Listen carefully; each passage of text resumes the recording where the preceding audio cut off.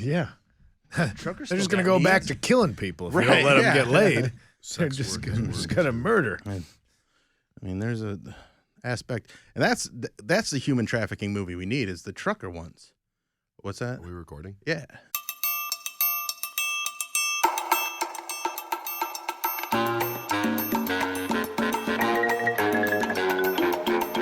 This is the Bill Squire Show.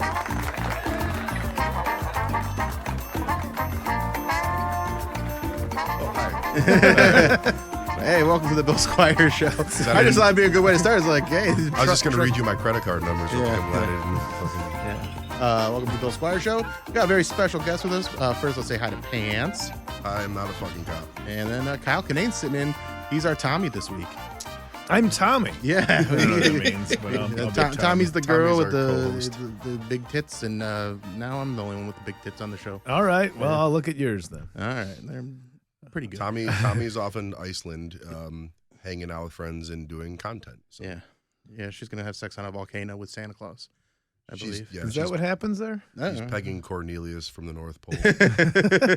It's better than the vodka luge, I guess. Yeah, we're all behind it and we support her endeavors. Man, is there anything more disappointing or like the hype around like a vodka luge is really not worth, like it's not that exciting. Yeah, drinking tomfoolery. Yeah. Like so I was having lunch and there's a Super Mario pub crawl happening. And I'm trying to be less judgmental about how people want to have fun. Like it's a bar area, but I was like, my last 25 years of my life has been a pub crawl. I don't need a Halloween costume Right. in July to go get bombed out with strangers. It's like, because then you also have the added part of it, like you're going to lose parts of your costume along the way. Yeah. Like, if you're doing it right. If you look the same at the end of a pub crawl when you're dressed up like Mario or Peach or something, then you didn't have fun. You didn't do a good job. If you're doing it right, yeah, you're not on a Super Mario themed pub crawl. You just put on a Super Mario outfit to get shit-faced in the middle of the day by yourself. There you Tuesday. go. That's what I would call doing it right. Now I wonder if they if they drove and if it's gonna be like Mario Kart after, just people crashing into each other. Red shells mean DUI. Yeah, cars flipped over and the cop pulled up, but the costume's on. He's like, well, I mean, there's turtle shells all over the place. You got blue shell, motherfucker. Nothing you can do about it. Yeah, drinking apparati, and I'm a purist about degenerate behavior. I never needed activities to surround. I could just go do the thing. Yeah. That like occupied myself. Like that's always been fascinating enough to me. I've done a beer bong once, I think, and I was like, I was gonna have this pretty quick.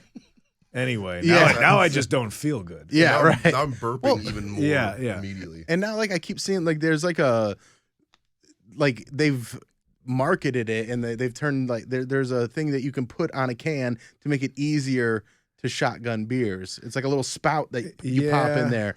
And I'm like, man, I think that defeats the purpose of... You got to earn it a little bit. Being, like we don't need that to be that easy. Somebody needs to cut their thumb open. Yeah. Like stitches wise, but doesn't get them till the next day. That's what you need to do. That's the way you're supposed to do. Why did it take beer companies so long to realize we could make it even faster for them to consume our product? Right. And also, that's like a newer thing. The wide mouths. I remember when wide mouths and then the additional like notch that made it easier to shotgun like a Pabst or whatever. Oh, putting a dent in it. Yeah. And remember, like, when they just were going straight gimmicky in the 2000s, where they're like the Vortex bottle on the Miller Lite and the Blue Mountains on the Coors Light, and they're Blue Mountains are still going. Is that still going? I don't drink a lot of Coors Light. They kept it. It's still the same. Yeah, they still turn blue when it's cold. It's blue when it's cold. All right. I mean, I guess I respect how much money would they save if they didn't? I think they can't retool the machinery. I think we bought the hypercolor machinery, and it would cost us too much to retrofit back to the other stuff. So we got the Blue Mountain thing still going. No, I think it worked. It was so stupid it became a marketing boon. I will give the Blue Mountains is way better than the Vortex bottle. You remember the Vortex bottle on the Miller Lite? Like, I think that was only around for like a year or two, but it was before Miller Lite went back to it was that god awful like blue label that they had. Oh, And, where, and like, then they had there's the like little milk. spirals as if it's going to make any difference when you're drinking a beer. Yeah, I think it's just like, well, this is shit beer. Yeah. The recipe's not going to change. Yeah. We had ladies selling it Mm-hmm. for a while. And like, okay, then the gimmick's like, it's shit beer. How are you going to stand out just being shit? And I say that with Due respect. with my Yeah. full heart. Yeah. I love all the shit beers. Yes. But yeah, what are you gonna do? You gotta resort to clown tactics to get people on board. I'll try a twirly bottle Give me your top. For what's your once. top 3? Like, you got your go-tos? of what trash I'm drinking. Of trash beers, like light beers, like I'm usually a Coors Lights or a High Life guy. yeah. and light beers. All right. Your Bud Lights, your Miller Lights. You know what I can't stand is when they like you're at a baseball game and it's the can that's shaped like a bottle. What an Oh, the metal unnecessary. bottle. Oh What an yeah. unnecessary thing to do that feels dumb to hold it. And It's- and then you have a cap you have to deal with. Yeah, it feels like a stupid. That's where I'm like, this is unnecessary. I would Yeah. never buy it in a store. No. I'm upset by their presence. It's one of those things where like I think I bought those just because it was all they had, but it's Okay, like sure. it's not anything that I've ever like. Well, I got this screw-on cap now. I can Yeah, have a little, Save it save for some the for later. eighth inning. yeah. Yeah. I probably won't finish Yeah. 16 ounces of MGD. Yeah. Never What- hang on to it. That is the most moronic thing because beer companies clearly they just want you to drink as much as possible. Why would they give you a reason to drink it slower? Yeah. I do. We have for our radio station. We have a Buzzard brew right now, and I think there's one in the fridge. I'll give you that because even just the can's fucking cool and stuff. And, Okay. I mean, it's a pretty standard like I think it's a Pilsner, just like it's whatever. Who cares exactly? But it's a beer that tastes good. Can I see my hand through the glass if I'm drinking it? That's my requirement. There you go. I want to be able to see my hand through the Yes, pint you glass. you can. It's that type of beer, but it's a cool can. And, it's got the Buzzard logo and shit on there, so it's a nice little throwback to a legendary station. It is so. a good looking can, even though I don't drink beer. But it is. Yeah. You're not a beer guy? I'm a big seltzer guy. He's like Like, overly big huge- seltzer guy. Like I don't even like it that much. I just like to have some drinks, and it's like the least of all evils to me. Bless you. Like I'm the so more allergic to you being such a huge pussy. I was only making the sneeze worthwhile. I love seltzers myself. I was like, I'm gonna It is lean a into the. hilarious the time gag. where now, like, if someone's drinking a Bud Light, they're like in there drinking a White Claw. Yeah. Like, oh, look at the gay guy over there with the Bud Light while I'm drinking a White Claw. Yeah, give me my high noons. Yeah. Yeah, the more it looks like feminine hygiene packaging, the more I'm likely to like it. Both for fucking seltzers and energy drinks. Like that's my rule of thumb. But yeah, I just can't fucking house brown liquor from like 4 p.m. the last call. Like, I have a time frame. If I start drinking beer like during the day, I'm 6 p.m. yeah, I'm toast. Yeah, there's no nighttime. There's no nighttime to that adventure anymore. There's Which never thank been God, that, it's like yeah. a automatic shut off. Like I've never- nothing good's gonna happen. Put them down. Yeah, I've never had the stamina, even in my 20s, when you're a shithead and you're never gonna die. I just like if I started drinking at 1 p.m. and did shithead stuff, it's like Yeah. didn't make it to dinner, like just snoozing. That's one of my favorite things, though, is it's like a day drinking, then go home and just sleep for 14 hours. Like I love that. I mean, That's it's like a vacation. it's a horrible way to live your life. But come on, I mean, like when you get home at 8 o'clock and you're like, all right, I'm gonna sleep till 10 o'clock tomorrow. This is gonna be just fine. If you can do that after drinking, Yeah. I think your body's trying to die. Yeah, I don't think that's 15 hours means a coma. Well, okay, not this I'll time. set my alarm for 13 and a half, and that way, Just treat myself like the worst version of Wolverine, where I'm like, where our body just needs to recuperate and recover. And it's like takes 16 hours and a gallon of Gatorade. Oh, we got Pedialyte in the house on it. We Dude, got Pedialyte on hand. I don't like that. It's like Pedialyte. I don't want to get too attached to it because I'll go get it, which is like the longest walk down the infant aisle at Target to get Pedialyte when you're me, and then. But They it's sell it at the liquor store, I don't know. I mean, a liquor store just worth its salt. put it. A liquor store worth its I salt. had no idea. Put it on I did not Amazon, know and that. they'll send you a new case every month. But that's like so. Like I got an IV once. Like they have IV delivery in Cleveland, and I was like, I just fell off. I didn't feel hungover. I was like, I'm gonna need to go to the hospital. So then I got an IV delivered to my house, and within 3 hours, there was a stranger putting needles into my hand and stuff. How much does that cost? Because that sounds awesome. The cost of not having a hangover is $279 plus gratuity. Okay, yeah. And like, here's how much of an asshole I am. This lady walks in my house. I'm like, just pale, and I'm like, I'm like close to death. So then, like, she literally is like about to put the pin in my hand, and I just go, "Are you like registered to like do any of this?" And she goes, "Oh yeah, I'm an RN." She's like, I do this on the side. And then she put the needle in the completely wrong way, and I'd like to think I'm a little tough, and I go, "That hurts so bad." She goes, "Oh, dude, I'm sorry." She said, "Dude." She pulls it out. She was also hungover. There's just blood on my counter. And then so she puts it in the right way, and then I was like looking up at the IV, the banana bag, and I go, "So like, what's in here?" I was like, "What kind of stuff's entering my body? It could be Windex. I don't know." And she's like, she listed a bunch of things that sounded official, and I was just kind of like, and then 5 minutes later, I felt completely normal again. Like, that's worth every penny.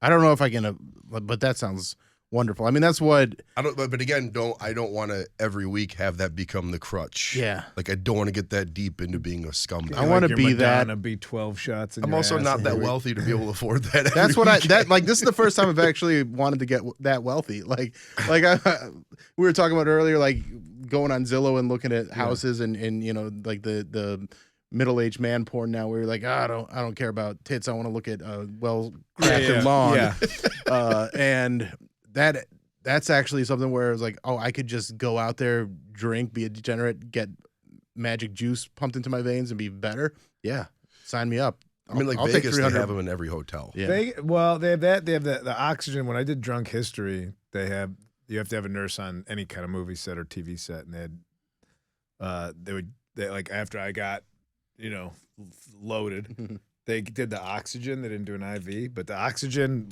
worked. Yeah. It worked. Because I woke up the next day, I drank a bottle of tequila. Oh, I remember the episode. Yeah, okay. I remember. But I woke up the next day, and I was dumb as shit, but I wasn't, like, in pain. I didn't feel sick. What, did they just feed you, like a mask? Like, in the nose, the kind of thing in the nose. And then I remember walking around my apartment, like, I didn't remember I was just like, something happened in here last night because I taped it in my apartment. I have no idea how the science on that works. Though. Yes, well, it's oxygen. That's shocking. You're giving yourself oxygen, just like like hydrating. What, shocking that he doesn't know science? Yeah, I always go to Pants for all my science. I was about to say shocker. I don't understand how that works. But honest, is that you getting drunk on Drunk History? Is that like a top 10 most drunk you've ever been? Because you literally had to have the producer of the show hold you up to take a piss. Which was one of the funniest things I've ever seen you do, and we know I'm a fan of yours, but when you're just looking at the ceiling yelling, it's not even 9 o'clock yet. Well, what's scary, too, is like, so I was blackout drunk. I didn't get to see it before it was on TV. I'm just going to watch how I behave along with the rest of the viewing public. And so that was a little nerve-wracking. That would mortify. I was like, did you cut out anything? Did I say something that couldn't make the air? I'm like, no, it's just you the whole way. I'm like, well, it's not flattering, but at least I'm. Oh, no, it was as bad as that. Maybe it could have been. As a man that's crashed and burned many a nights myself, that was a very hilarious drunk run you had. I really thought, I got to turn up the heat for this show. So I was like, I'm going to be a fucking psycho. Yeah, I love it. And, there's moments like that where it can go really wrong or it can go really right. And I think that overall went, I asked pretty him, great. Yeah, I'm like, did you ever tape any of these that you just can't use? And like, oh, yeah. What is it, just where someone just passes out like halfway through? Or it's just, it doesn't look fun. It looks more like sad, like what you say, which I'm like, well, then what was I? That wasn't sad. Like that was the right kind of the funny sad. There's enough Midwestern fans of the show that they were like, yes, this resonates. You're laughably tragic, Kyle. It's okay when things don't go right for you. Okay, then. People are rooting against you, so this is great. Yeah, you handle it well. You handle failure with grace. It's one thing. It's one thing to have to send the "What did I do last night?" text, and it's another thing to be like, so when does this air? Yeah. When I see what I did. Here's 4K resolution on a 5-camera shoot of what you did last night. Oh, what a brilliant show business! It was. I'm sad it's gone. Yeah.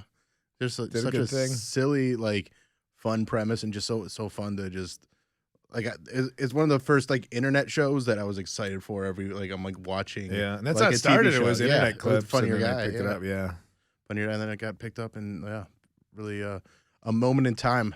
The beginning of the comedy renaissance, the internet comedy renaissance. Remember, it wasn't just pranksters. It was people still trying to make a real thing. Like, I wrote a script for this 3-minute sketch. And you got people, and you got lighting, and now it's just like, I'm gonna throw a laundry basket at a guy in Target and act like I didn't. Right. Well, I mean, crowd work was invented in 2021. So. By Matt Rife. Yeah. Listen, it's a thing. It can be done well by a few people, but the prevalence of it is.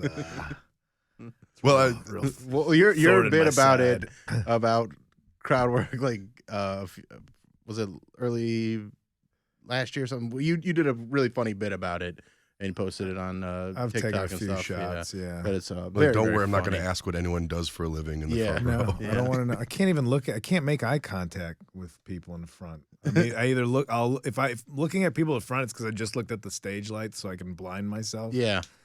Because no matter how good a show's going, I'm going to look at the one guy that's not having fun, and if I try to talk to him, I'm just going to get mean. Like, well, what's your fucking problem? Like, that's bad crowd work. I'm just angry at the guy. I'm like, well, why are your arms crossed, you piece of shit? Yeah, everything unraveled because I thought I could look at people in the front row. The fan of hardcore in me would love to see that. Like, I'd be like, this is entertaining to me, but I get it. Well, early on, I was so sensitive to anything going on in the audience because I didn't start in like rowdy road rooms. I started in Chicago and then in like LA. So I didn't work the road and do these like saloons. Mm-hmm. So anytime I'm like, well, what are we talking about over there? And somebody's like, I'm just ordering a drink. I'm like, all right, sorry. I need to calm down. What's your deal? White Sox t-shirt back there. I'm so used to rooms like that. Like the other night I was doing just like a Thursday bar show and like I'm dreading it. I'm like, I hate doing this. I don't want to do this. I get up there. And then I get up there and like then muscle memory kicks in and I'm just like, hey, everybody, I'm fun. And they're like, he is fun. Yeah. And I'm like, I gotcha. Now I'm going to get you with these jokes and then I'm going to try these jokes that I know aren't going to work and then close with some jokes that I know will work. But in the middle, that's what I really wanted to work and it doesn't. trying to put one over on the people in the suburbs and make them think that, outside the box a little bit, and they go, we caught you. And I'm like, you did. No, thanks. I almost got you. We like the box. Yeah. We're happy in the box. The box is safe. Yeah.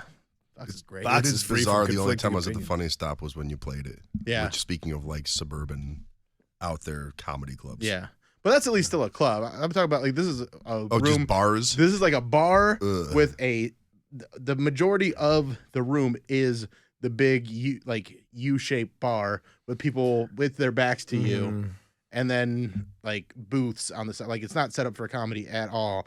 But I need to run this hour that I'm doing to try and just get some reps in, and it was easy enough to do. I didn't have to promote it all, so I'm like, fuck yeah, I'll show up. I don't think people realize that the kind of cockroach-like mentality that comedy promoters have at some point, like where it's like, this room would be good for comedy. Yeah. I can put comedy in this room, and they're like, but it's not. It's not good for comedy. It's not good to get all these people to pay attention respectfully.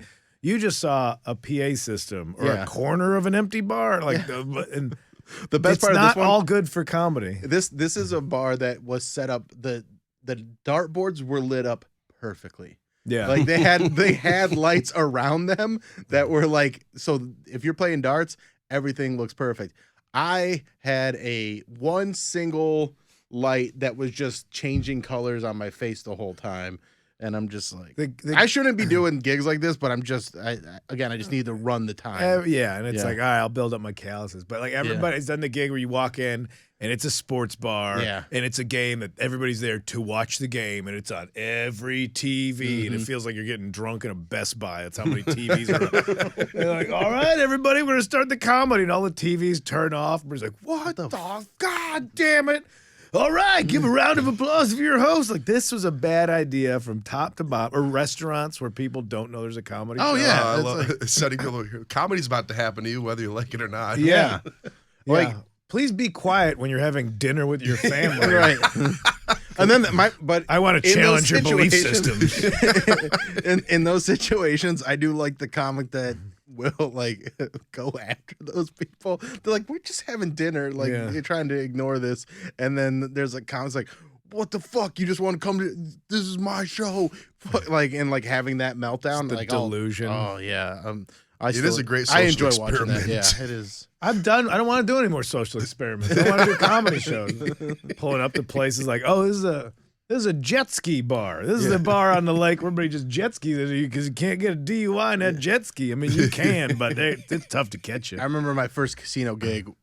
I just figured casinos have so many rooms that they would put us in a room, and then they just put us out on the floor, and people are playing the games and everything. And I'm just like, it'd be so easy to just put this in the room that I walked past. That it's like a ballroom, and we could do it in there, and it'd be fantastic. And they're like, no, we got to put it on the floor. Quantity over quality mentality with a lot of promoters. Well, because I'm only getting $100 to put this show on. I got to make rent, so I got to put on 10 more shows this week. I don't care if they're good. I just need that $100 for each of these shows. Yeah, that was the one. Owning part of a bar has taught me to set boundaries very hard. Where like every day I'm at the bar, someone coming to like, so like when are you booking bands? I just go, we're not doing comedy. We're maybe doing DJs. Other than that, it's Bruce Springsteen. DJs is that's when you fold to karaoke.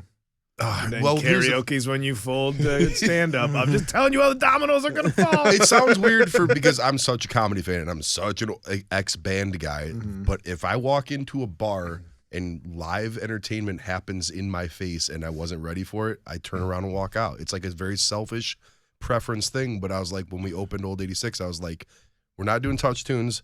We're not doing bands. I was like, this is a 500 square foot room, probably not even. Like, it's not set up for tunes. No, and I'm as guilty as anyone of being a terrorist with that video game. But that's the fun part of touch tunes. Dude, ruining other people's. It's lives. like watching bartenders' tips dwindle down. Like you get one asshole that just wants to play Enter Sandman 14 times in a row. I have a joke about like people that want fuck you money. I'm like, it's whatever the play my song next button is. However much that option costs, that's fuck you money. Jump the line. That's it. Yeah, that is a very luxurious. I'm sorry, construction workers that needed to hear Pantera right now. I think Whitney Houston wants to dance with somebody. That's all. But $1.75. That's fuck you money. You got it. You're all right. Walking in Memphis up next because I say so.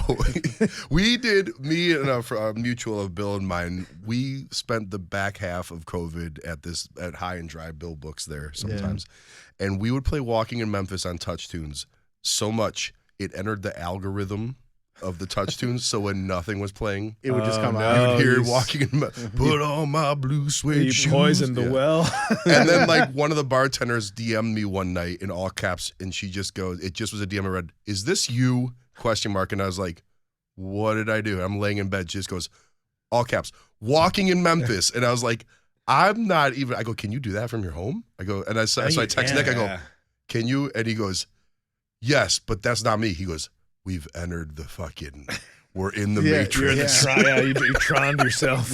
Yeah, we tipped 40% for a few weeks to make up for that one. What? I didn't know that song became one of the most, outside of you saying, like, I think my girlfriend or something, I hate this goddamn song. It's not a bad song. It's so easy to sing, and it's so easy to feel like you're the best person in the world that's singing it. It's like a karaoke. Is that what it is? All right. It's just, I didn't know that. And I think it's one of the hated. It's one of those songs that has Caroline level. Yeah, like it's overplayed so much that there's people that either love it or hate it, and nobody's like soft on. I know, but where was it overplayed? I feel like I didn't hear it for 15 years. Well, because you live a charmed life. It is, I think, a parallel thought thing where I think just all at once a bunch of assholes from coast to coast be like, I know the song play.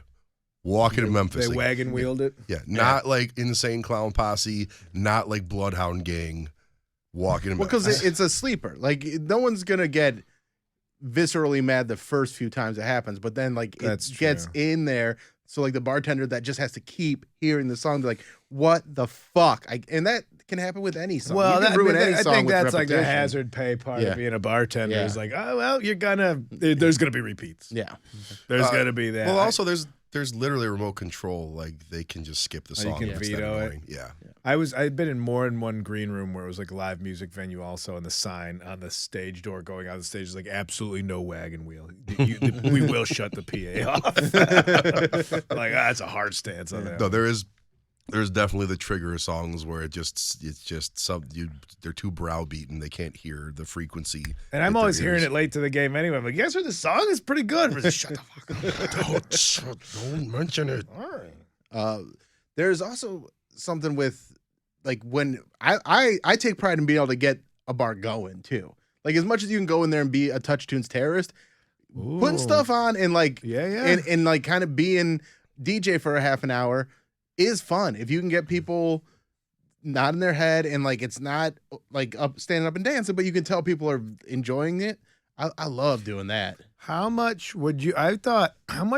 Like you go to a wedding and a good DJ, he's gonna play some of the staples and he's gonna surprise you. But then, you're in like the cool guy bar and everybody's having their drinks and their whiskey and like, all right, good Cro-Mags. We're gonna listen to Cro-Mags. And if somebody was just like, nah, I'm gonna put on Shout. And then you just watched everybody like, yeah, why are we taking ourselves so seriously? Like, and you just straight up wedding DJ like the diviest bar, and I bet you get more people be like, thank God, I'm sick of trying to be this dude. Right. Sick of trying to be all swinging fists, circle pit. And I mean, no. So the playlist that you have at Old 86 is very good, but the other night you had Don Henley on the playlist. And I wasn't expecting that there. But I was also like, I'm kind of happy to hear Don Henley right now. Boys of Summer. Boys of Summer. No, he said Boys of Summer. Yeah. I did mix it up with Bryan Adams because that's how drunk I was. But that's not too far out. No, the whole thing is basically like I wanted to, I hate using this word, curate a playlist where like people aren't screaming into each other's ears when they're talking and no one's going to get up and leave because something's that terrible. Did you made a bar for middle-aged people? Mm-hmm. If you're 35 years old, and you used to be in a band, come on down. The music will not be very loud. Yeah. But the thing is, I have seen people like notice, like I literally we have a Macintosh app. I'll walk over at certain times. I was like, it was a little too. It's just, I can't. I'm trying to talk. Here's the level I like it at. Details of me refinancing my mortgage. I can't really hear. No, nobody in there's got a mortgage. Pretty much, except the owner. I mean, not even you. No, not even me. But it's a great bar. I like I park myself at the game, what's it called? The erotic photo hunt. Yeah, game but it's got all the games. So no, like, the first month it was all about the erotic photo hunt, but like now I've moved on to like I've got specific games and rivalries with different people that go to the bar, and like I'll go and check my games, see if anybody's beat my score, and then if they have, I'll have to try and get back on top. Understood. Okay. But yeah, it's like it's a people love that shit. Dude, it's things the best. To do. Yeah. You got things to accomplish. Yeah. Is it the erotic photo hunt? Is the old like real pixelated? Yeah, it's old like school one. It's like every chick you watched on Vivid Video DVDs, pictures of them, and then like 1997. Oh, it's not like the actual digital 8-bit naked lady. No. It's like real naked ladies. It's that machine probably was built like 96, 97. It wasn't it's like cool. Like what was it? Lizard Larry's. Leisure Suit Larry. That series of it was video games, right? Yeah. Commodore 64. Sexual adventure storytelling games before 28K modems were a thing. Yeah, it's the only way you could just see like some naked chicks. But no, this is just like it's got like the Vegas lighting frame, and it's just like a bar. Oh, it's the best. I love people that park thing. themselves in front of the thing. That's like I'll be headed home from the radio show, and I'll be like, all right, I got an hour before I have to really be anywhere or do anything. I'm gonna stop in, have one drink, and play this bowling game where you're a polar bear and you have to knock down penguins. And I'll play it. And I've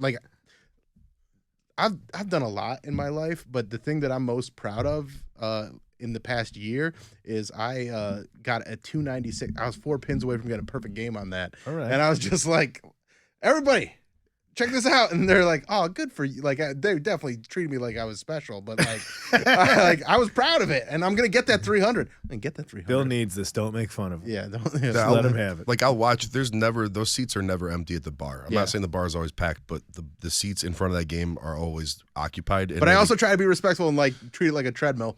where like an 80s arcade was like, you've had your turn. Yeah, I got like when it's busy. I'm like in my head, I'm like, you wipe it off after you're done. Well, that too. It was a like hearty 30 minutes. game of erotic photo hunt. Let me get a wet wipe over here. 30 minutes, and then I'll move on if there's other people in the bar that look like they want to play it. Yeah, it just the whole thing makes me feel like even more of a degenerate and alcoholic because I'm just like the activity is like sitting in front of me at the bar just throwing them back. But we also have a cigarette machine. That's my favorite video game we have. So like you could literally buy cigarettes. Old school cigarette machines. What are cigarettes in the cigarette machine? Oh, a tidy $15. People buy heaters there, man. I used to smoke. I remember just being the fuck. You gotta be kidding me! Oh my God! Right, you sons of. I've never smoked in my life, so like when we installed it and it was like said $15, I go, that's I guess what they cost now. But yeah, we don't make any money off that. It's just the operator of the gaming company put it in there. Yeah. But hey, they're moving. I see someone buy at least every week. I see someone. We're just there go up there and say 15, and then exactly. Yeah. What do you have? Are you gonna have theme nights at the bar? You're gonna do like we want to do Halloween. Sopranos rave. Definitely Sopranos rave. Halloween party definitely. We're just trying as hard as possible to just let it be a bar. Like we're never gonna do like activity nights and trivia nights. Like we really want the whole thing to be able to float as a corner dive bar. No, but yeah, Sopranos rave, kind of a need we need to have. That might be like more like one of our birthdays or something where we just make it Sopranos theme that night. Just I mean, we went to a Shrek rave, a very corporate Shrek rave at House of Blues. Corporate Shrek rave. Yeah, dude. Well, like a rave never has to be like wrapped by 10:30 p.m. So there was something going on over there Thursday night, and they were pouring out. And it was like a techno party at the House of Blues. Yeah, they just do those. They do a lot of that stuff, and they pack it out, and people, and it was a good time. Like we had we went over there. We did a podcast before and a podcast right after, and so it was good people watching. But did you do drugs at the Shrek? No, rave? We didn't do any drugs. That's the problem. We gotta. It couldn't have. Yeah. I had more than enough nerds in my DMs be like, "Oh, actually, that's not a rave." And I was like, "Calm down." I was like, That's why we're calling it the corporate Shrek rave. And they called it Shrek rave. What am I going to call it? A Shrek electronic music concert? Yeah. So what? So it was just like people dressed up in like it's similar to the. But the music wasn't all Shrek.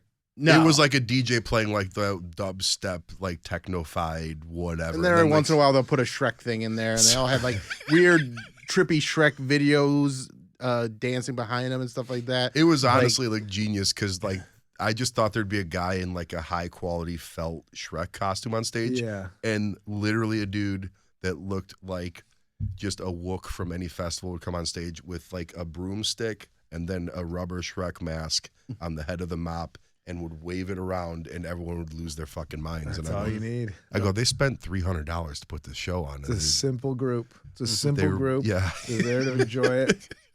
No, that was the thing is everybody knew it was stupid as shit, and everyone made the decision to have a great time at it, and that's what I appreciate. Sometimes that's all it takes is like the conscious decision of like I could be shitty about this right now, or I could just look at the other people like the Mario Brothers pub crawl. I'm like.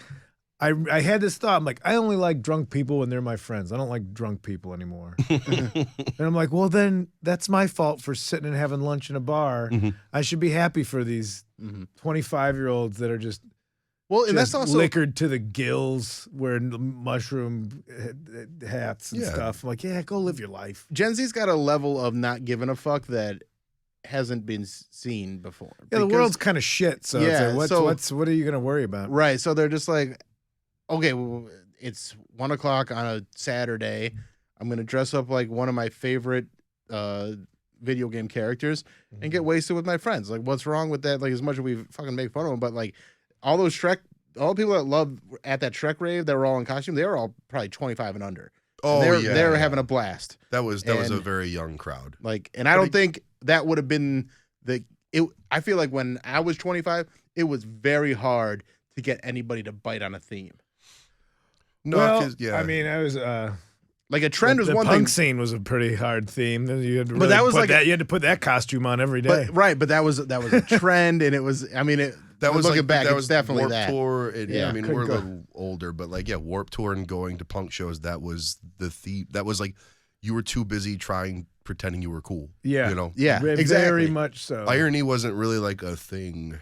And in the 2000s, even and back in like the 90s. 80s nights Yeah. that they do in the mid 2000s, like people would go to it and they dance, but you wouldn't see a lot of people like dressing up. But now I think people are like, oh, we can dress up, and social media probably plays into that too, because the harder you go at it, the more people are gonna like your photos and comment and be like, oh, that looks like you had so much fun. So Yeah. that probably plays into it a lot. I am grateful for having like had part of my life before you had to document what you were doing Yeah. to prove to the world you enjoyed yourself.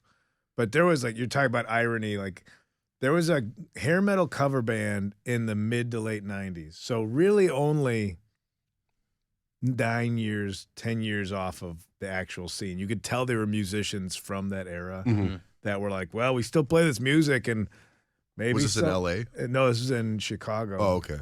Pretty much just the suburbs too. They're called Posin instead of Poison. They still had the same. The hair was real. They just had burnt, fried out, crispy hair.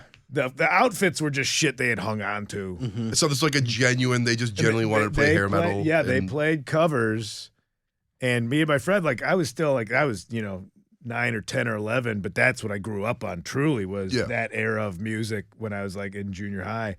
And we'd go and that was for all the punk shows and all ages and basement shows and this grunge and and that. all that stuff. Yeah. All the stuff. I think that's what we spent going every week at all these all ages shows. The most fun, some of the most fun was go to see these dudes that were like 35 looking at 20-year-olds like, what, you want to hear Tesla?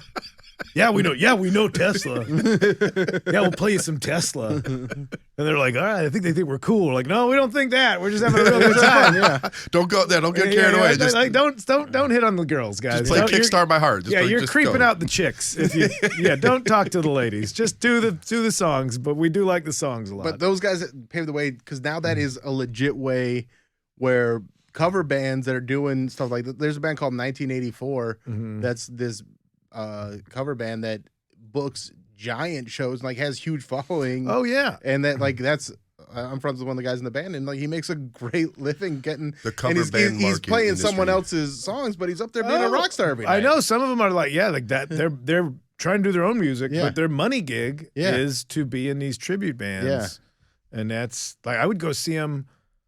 I live with my parents in Addison, Illinois, in the bar. Like anytime a Canadian tribute band would come through, because like the Canadian ones are the best, because a lot of times the bigger bands couldn't tour Canada because like legal issues or something. So the tribute bands from Canada had to just go for it. Yeah. So like the Canadian Guns N' Roses tribute band came through, and they did the outfit changes from Appetite to Destruction to Use Your Illusion. Yeah. And it's like for 30 people. Yeah. Like I got stoned with Canadian Slash in the bathroom. I'm like, this rules. Like the show was so good. It's 30 just drunks that are like waiting for him to finish so they could watch like a Blackhawks game or some shit. I'm like, this is the greatest thing that's ever happened to this town, you losers.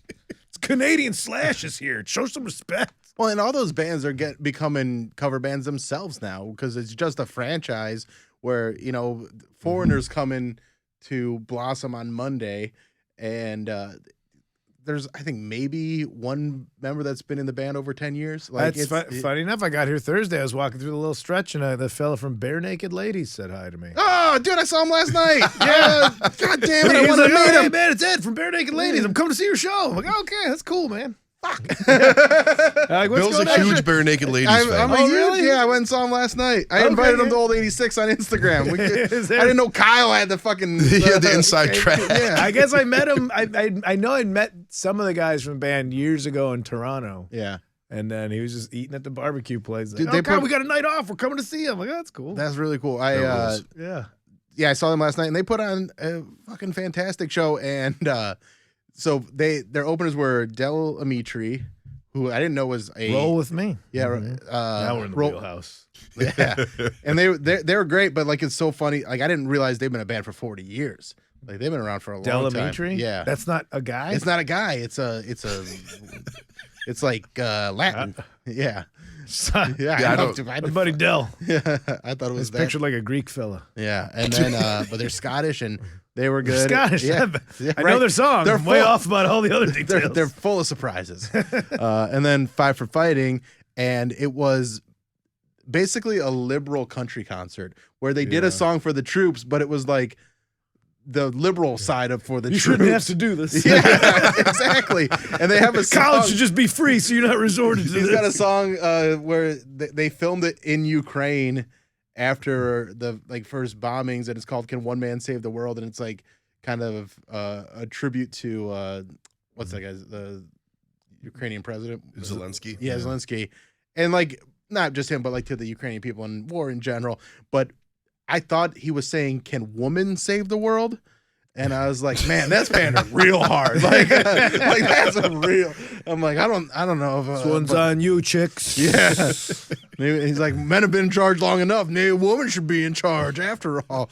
But, Was this Five for Fighting had these songs? Yeah, that was their songs. And then Bare Naked Ladies. Then Five for Fighting also did Bohemian Rhapsody and like got Tall order. That is a tall order, but he can pull it. He's got some. He can I don't sing. know if Five for Fighting. I don't know. I know the name, 100 Years to Live. Yeah, if you heard it, you'd be like, oh. there was alternative rock radio that Yeah. really started to blend in. Yeah. That's all. I recognize those I names love just all through that stuff, Columbia though. House and BMG Yeah. CD Yeah. clubs. But I couldn't tell you a Del. Being a Mormon, that was the stuff that we could get away with listening, like Five for Fighting. Oh, Bare that was your Naked bad boy. Ladies. That was your bad boy rock. Well, that wasn't even bad. But it's just like I could have that on in my. I know that my mom wouldn't be like, "This seems a little much." Like it was, you know. Is everybody still Mormon? Just my parents, my oldest brother. Yeah. There's 5 kids in our family, and they've all left the church except my oldest brother. Okay. So- Mormon here or Utah Mormon? I was Mormon here. From the source. Okay. Yeah, yeah. Like the lineage goes back to Utah days, but my grandpa was in the FBI and he was assigned here. So my dad grew up here and stuff. He was a Mormon FBI agent. Yeah. That's wild. And then he was the head of security for We can't Sherwin hear the Williams. microphone that you've hidden because it's rubbing up against the special underwear. It's too That's what makes him magic. The wire's too bristly around your burlap sack that keeps your genitals from being in Jesus' sight. I don't know how it works. Yeah. Sorry. Take a shot at I don't your remember anymore. favorite Anything. religion.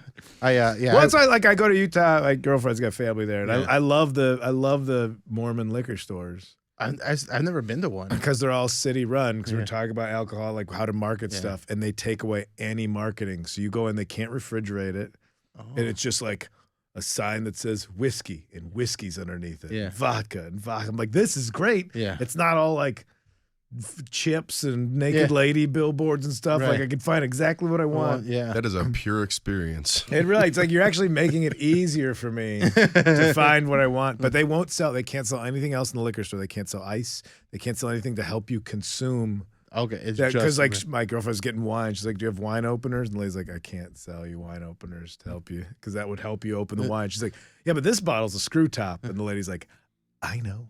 She's like, it's pretty stupid. Well, Is there a state where liquor laws aren't completely insane? Like where like they just like, we know you need to drink this here.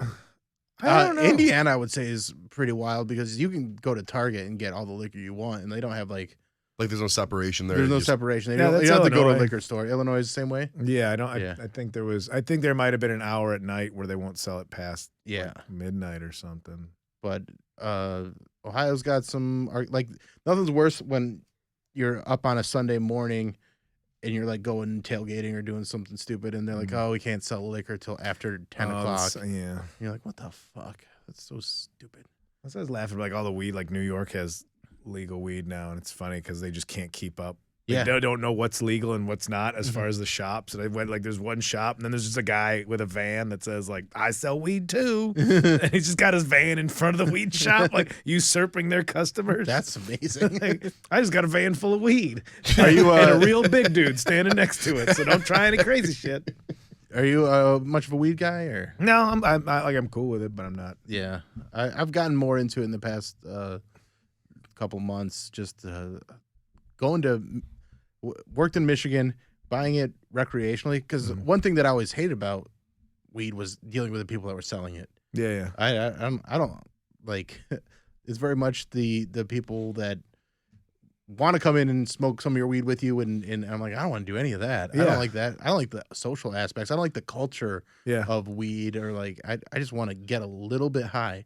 I don't want to be the highest person that's ever lived. I just want much so. I want the show that I'm watching to be a little bit funnier. Yeah. That's all I want. That was, people won't understand like weed droughts and everything. And I remember my buddy had a townhouse, and it was like just like a nice memory that I had, where it was like middle of winter, just shitty Chicago winter. And we're like, you know what? We're going to have the most fun day. We're going to watch Lilo and Stitch, and we're going to get Hawaiian pizza. And we're going to do all like the tropical things we could do. And we're going to smoke weed.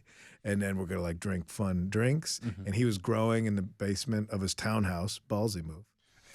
But so he just had one room with plants and sun lamps. Yeah. So we went and sat down there on lawn chairs, but he was still selling too. And so some guy came to the door at one point. We're just high as shit with like fruity drinks and Lilo and Stitch. And just a customer came in and was like, yeah, I just want to get what the fuck y'all getting into around here? I was like, what's going on in here, Jimmy man? Buffett skipped us this year, so we made sure that guy did not want to hang out with us. Like, here's your stuff. Have a good day. Drive safe. It's a slippery one out there. Where's your favorite, like, and I know you've kind of slowed down a lot with the drinking and stuff, but what city, when you'd get there, would be like the one you're like, oh shit, like, other than, I mean, Chicago, of course, where you're from, but like Chicago still kind of gets that on now. Yeah. And I think I remember showing up to Minneapolis in a snowstorm, and they're like I'm parking at my buddy's house. He's like, as soon as we're done shoveling everybody's walk, we're gonna go drink. And I'm like, I love this. Yeah. It was like the middle of a snowstorm, and we just pulled up to a bar and just got wasted. That was the vibe in Chicago too. Of like, if you made it to the bar in horrible weather, everybody in there was like, oh, we're all best friends now. Yeah, because we did this together, right?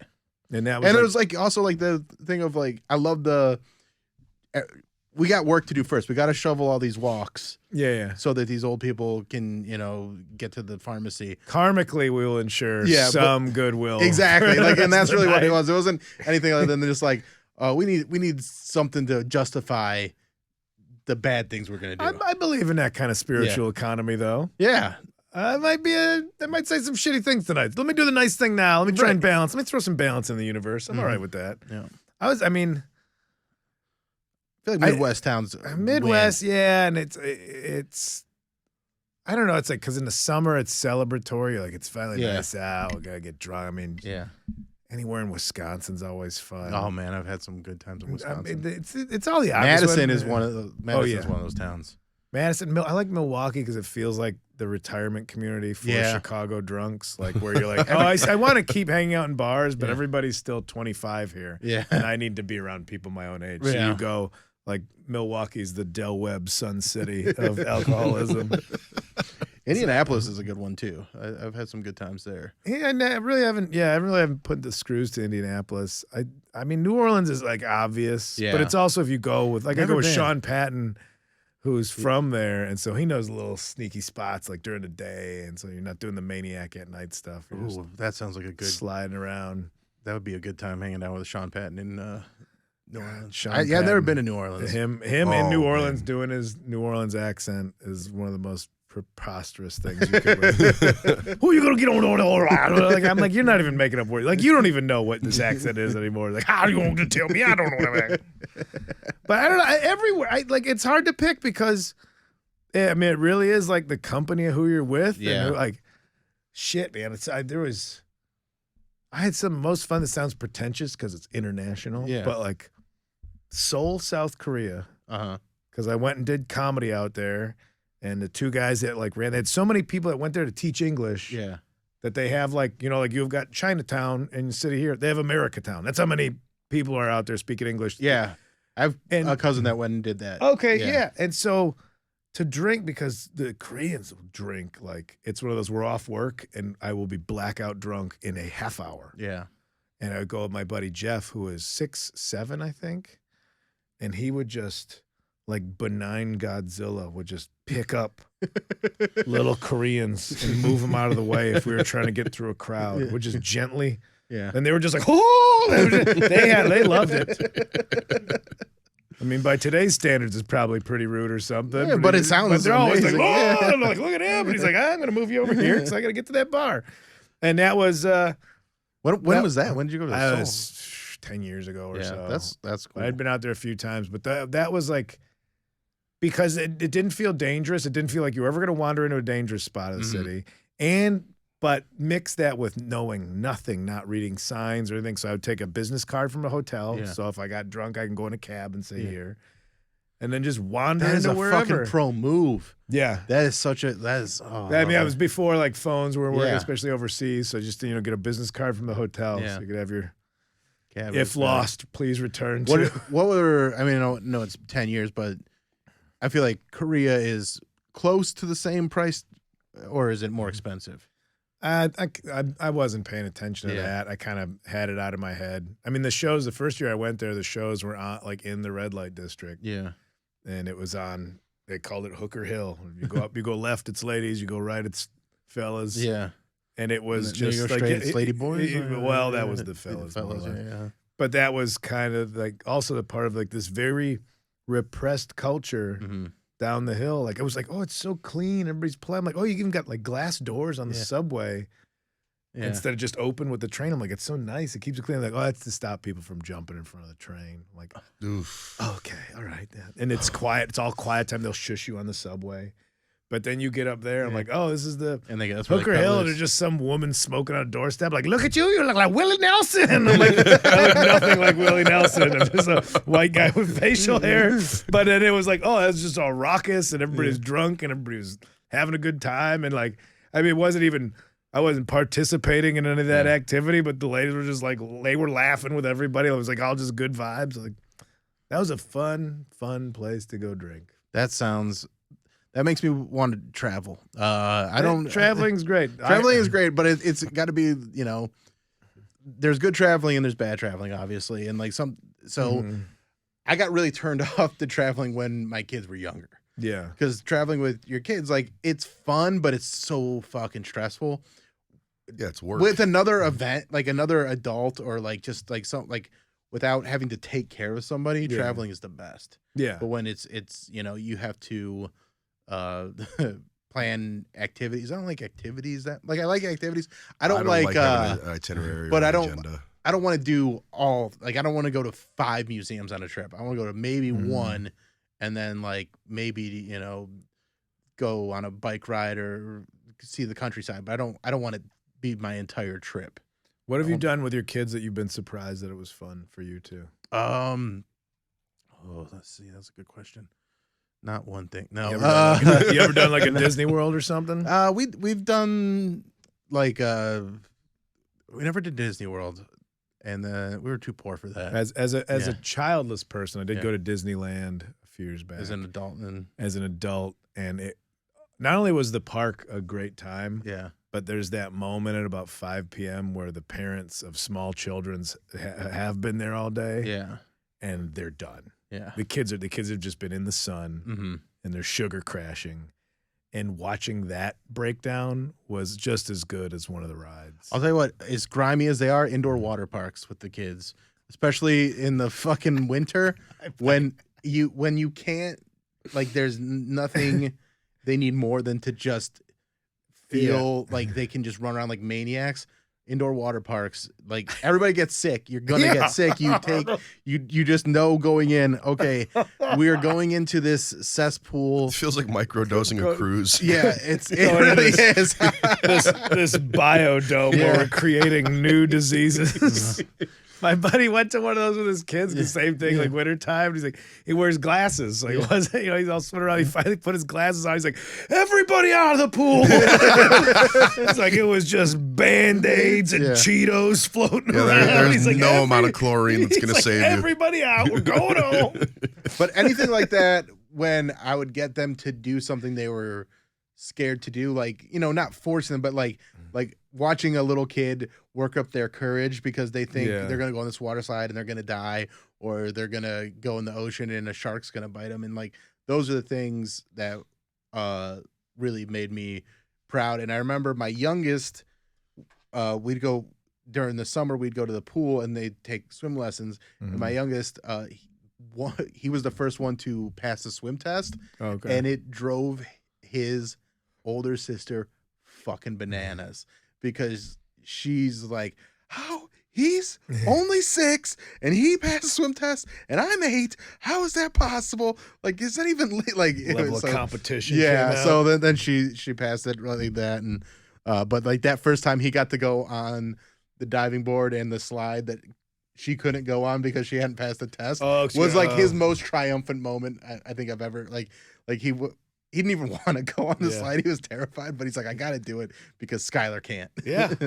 Savor it, little man. Yeah. And then like the camping was always fun. Like camping with kids was like when they were little kids was fun. Now that they're all like adults, they're 24, 22. Oh, no kidding. 20, okay. Because I'm a stepdad and like they've been my kids for like the past 15 years. So like I came in a little late. But they're now they're all grown up. And so now I resent the fact that they can't help because they can help, but they don't.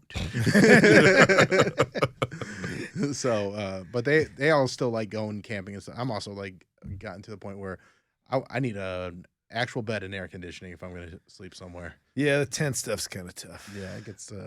There's a time and place for it, but I just I haven't felt the need in a while. Well, back to the drinking thing. I used to get to the point like, oh, I'm going to drink so much, I am going to sleep for a long period of time. It's like now, if I drink a lot, I'm like, I'm going to be up in 3 hours. Yeah, and that's what sucks. Oh, booze sleep. Yeah, it's gone the other way. It's like, oh, you're up. Yeah, I can't sleep. Yeah, that's been an incentive to slow it down too. Mine goes every other way. Like sometimes I can sleep and I'll get that 12 hours like I like. Yeah, but a lot of times it's at like 4 or 5. And yeah, that's where it's at permanently for me. And like I want to really lock into that goods. I want to find it. That's my search for Jesus now. Is just unlocking 8 hours of sleep a night. Just somebody. I do think I got to start praying to get it. I'll start. I do think we should go back to like we should have a pandemic month once a year. I think like from like February, like just February, like just treat it like the pandemic. That'd be a good month to shut it all down. Yeah, like everybody should just have to like there's a curfew, can't stay out past 10 p.m. If you go out, you can't like nothing can be full capacity. But mostly just stay home and take it easy in February. Let's just treat February as pandemic month every year. I generally take good care of myself, but early pandemic. And we'll move Black History Month to March. Longer month. I deserve it. It makes sense. You know, St. Patrick's Day, we'll bump that to April or something. Yeah. No, but like, early pandemic, like no bars and restaurants were open. I don't drink alone, so I wasn't drinking. And I would just be like walking and working out every day, and I was like in the best shape of my life. Yeah, getting like 12 hours of sleep a night because what the fuck else are you gonna do? So, yeah, same thing. Like, oh yeah, there's nothing open. I'm in Oregon, so the sun's gonna come up at 9:30 a.m. and go down at 4:30 p.m. Oh, is that a thing? It's in the winter months. It gets pretty harsh down there. Yeah, I mean that's really not too much dissimilar from Cleveland. Yeah, in the winter it's the 4:30 sunset in Cleveland. It gets bad. Like so, I wasn't getting out of bed. Like, I was just laying around. I got depressed to the point I'm like, what's even? I'm just gonna lay down on the couch, come back to the bed. But I would say the first 2 weeks of the pandemic for me was so fun because it was like, okay, I can't do anything. My girlfriend at the time she was like, how am I gonna? I'm like, don't worry about that. We're gonna drink whiskey and we're gonna get Uber Eats because we're helping. I'm keeping the economy afloat. Exactly, and so we did, and we went on a little vacation. We stayed at my parents' house for a weekend, and like just had fires and drank there, and then like got on Zoom calls with everybody, and like those. I should probably do that more, like with my close friends. And just get together, like, because I got a bunch of friends in New York and a bunch of friends in LA, and like when we jump on those for like 15 minutes, it's fun. Yeah, that's what I remember that early part. It was fun too because I girlfriend was talking about. Like, remember we used to just sit in the yard at the fire pit and just have drinks. It's like because there was no obligations. Like life is happening now. I resent a Zoom. Yeah. Now. Yeah. I don't see anybody on a Zoom. No, because you end up staring at your own dumb face. Like me, maybe this says more about me. I just end up staring at my own dumb face the whole time. You can shut that off. Oh, why would I want to? Yeah, I was gonna say. He's like, well, I had it full size. That means something a little different. I remember I was This one you weren't. We just all thought that COVID was airborne and everyone was going to die. So my parents FaceTimed me, and I was so lazy. I had an iPad set up on the hospital rolling cart thing, so I could just lay there and stare at the FaceTime, thing. So then I'm on my phone with my parents, and my dad sees the iPad on the thing. In my at the time he was 64. He just goes, "What do you use that for? OnlyFans?" And I go, "How do you know what that is, Dad? Who's only ever banged my mom ever? That has a green bubble phone? Like, what are we doing here?" The history that I've written myself. Well, they high school sweethearts, so it's not to get too deep in their business. It's very possible. Well, that's sweet on them. Yeah, well, this one took a weird horny turn.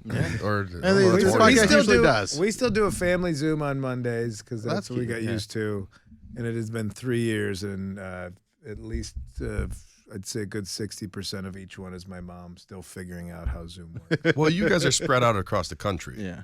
But that's not the point. The point is that she's had 3 years. And she should know how to work it. It's like, well, the audio. Well, I can't see you, but I can't see you. Like, if I can't, can you hear me? I can't see you. And then she's like, I got a new iPad. I'm like, well, now we're back at square one. Now we're starting all over because now I think she could sit on a porch and smoke cigarettes and figure out Zoom. We're doomed. Before we go, I just want to say I really enjoyed the past. I mean, all your specials, but the latest one was fucking brilliant. Oh, thanks, man. Really enjoyed it. Can't wait to see the new stuff you're working on. I've heard great things from Pants and from Joe and everybody. But like, what's that process like when you finish that hour and then you go, I got to do another hour? Like, how's that organically does that happen for you? How much pressure do you feel to put that all together? It's less like here's the hour that I'm doing, and once it's recorded, I have to write. It's all it's like a coral reef. It's all expanding and shrinking in different areas at the same time. So the hour is like, well, this is this chunk that works for an hour, because that came out in end of March. Yeah, and I'm doing another one in a couple months in September, just because I had. You had that much ready to go. I recorded something in the beginning of 2019, and then I recorded this last one last year. So that was 3 years. Yeah. 3 years of writing material. I've already got a lot of stuff. Yeah. That last hour was whatever that last hour was. This is still remnants of that, stories from that. But it's not. I still really like doing comedy. So me too, I man. like writing new stuff. Yeah. And if it fails, figuring it out. So that's what keeps more material coming. And that's what one of my favorite things about comedy is when you have something that you're like, I know this is good.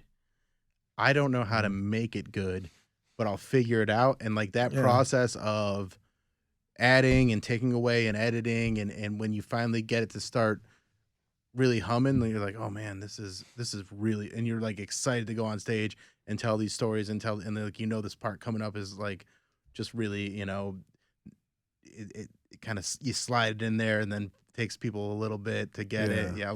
I love that process. And you're legit one of the best at doing it because you make it look fucking effortless, and it's a joy to watch you get up there and be. I know, dude. I'm a fucking huge fan. Well, it's like once it gets to that point where it works really well, then I'm like, all right, that one's done. Yeah. Now you got to write another one. Right. Yeah.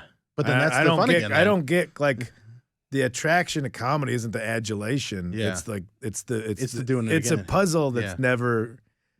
The jigsaw puzzle with no borders. Yeah. It's like, nope, I found another piece that fits here. Oh, now another piece fits here. I might come up with 1,000 different metaphors for what stand-up's like, but that's what's like, okay, you like that one? Now I have to know I can do it again. All right. Well, and that's the scary part. Well, then you want the new look for Kyle Kinane in 2024 to do his crowd work album.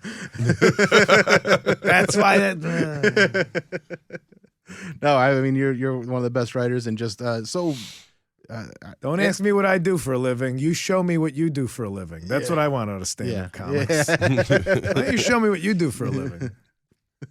But you're just, you're the best, man. Thanks for coming on the podcast. Oh, thanks, fellas. Where can people watch the special? On YouTube, correct? YouTube's. It's like the HBO of the future. Yeah. I don't know what that means. Shocks and Struts, right? Yeah, that's no. Oh, I actually want to talk to you about cars a little bit.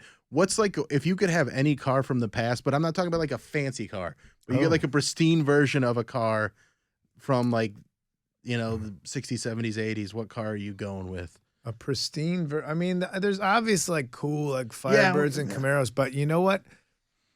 What I realize, this is an interesting question because I realize this era, like there's no cars, like there's an Altima going by or something. Nothing's made that sparks any emotion. Right. But then somebody on the street where I live now, it's the same Toyota Corolla that my buddy has. I think it was like an 87 4-door, not even like the sporty one, but keeping it waxed and clean, and just the fact that it's preserved. Yeah. Oh, like that looks. Dude, I saw like that car gets me excited. And it's the most boring. Corolla had some. I had an SR5. I had the sporty 2-door one. This is the boxy one. Yeah. But it's the same blue that my buddy had. It was like, oh, no, you wouldn't think anybody would like take care of how everything's so disposable now. And here to see that car in the block. I like that car. Yeah. Yeah. I saw a probably an 88 Buick Regal, which is like, it's a car. But like, because it was in good shape, I was like, that's fucking awesome. Like, I really like that. My one would be a Chevy Celebrity, because nobody kept a Chevy Celebrity nice. No. Every Chevy Celebrity that you've seen since they came off the line looking shitty. Like, I felt like they would betray. That's a car that would betray you. Like, but I washed and waxed. I did all the maintenance. Like, yep, we're just done. Yeah, but it's just 83,000 miles. I'm out. Bye-bye. But that was my parents' car that I remember from like being a little kid, where they made the move from the Celebrity to the minivan, with like packing 4 of us into the backseat of the Celebrity. And I was just like, I would love, and like I remember sitting on the console in the middle and my mom just putting her arm over me. Yeah. And I said my first swear word in front of my mom when I was like probably 4 years old. I said shit. Ooh. And she's like, what? And I was like, she's like, where'd you learn that? I'm like, the kids in the neighborhood. And she's like, well, don't say it. It's a bad word. I'm like, there's words that are bad? I didn't know that. Tell me more. Yeah, right. Yeah. Like which other ones? Yeah. What other words can I say and pronounce them correctly so I know not to say them? Right. All right. Now we'll wrap things up. Pants at OK Pants on all his socials, and the old 86 bar on Instagram. And check out Kyle. He's Kyle Kinane. Google him. You guys know how to work stuff. My name, yeah. And for as much as Kyle loathes Twitter, he's still great on Twitter. Oh, I mean, when I tweet every 3 weeks. Yeah, he's still here. He can't quit it like none of us. He's like, we're going to Threads. I'm like, that's Facebook. I quit Facebook already. Yeah, Threads, not to get on the jaw. It's not. It's just not. It didn't win. It lacks the rusty edges of Twitter that I love so much. All right. Still dirty out there. Bye. Bye.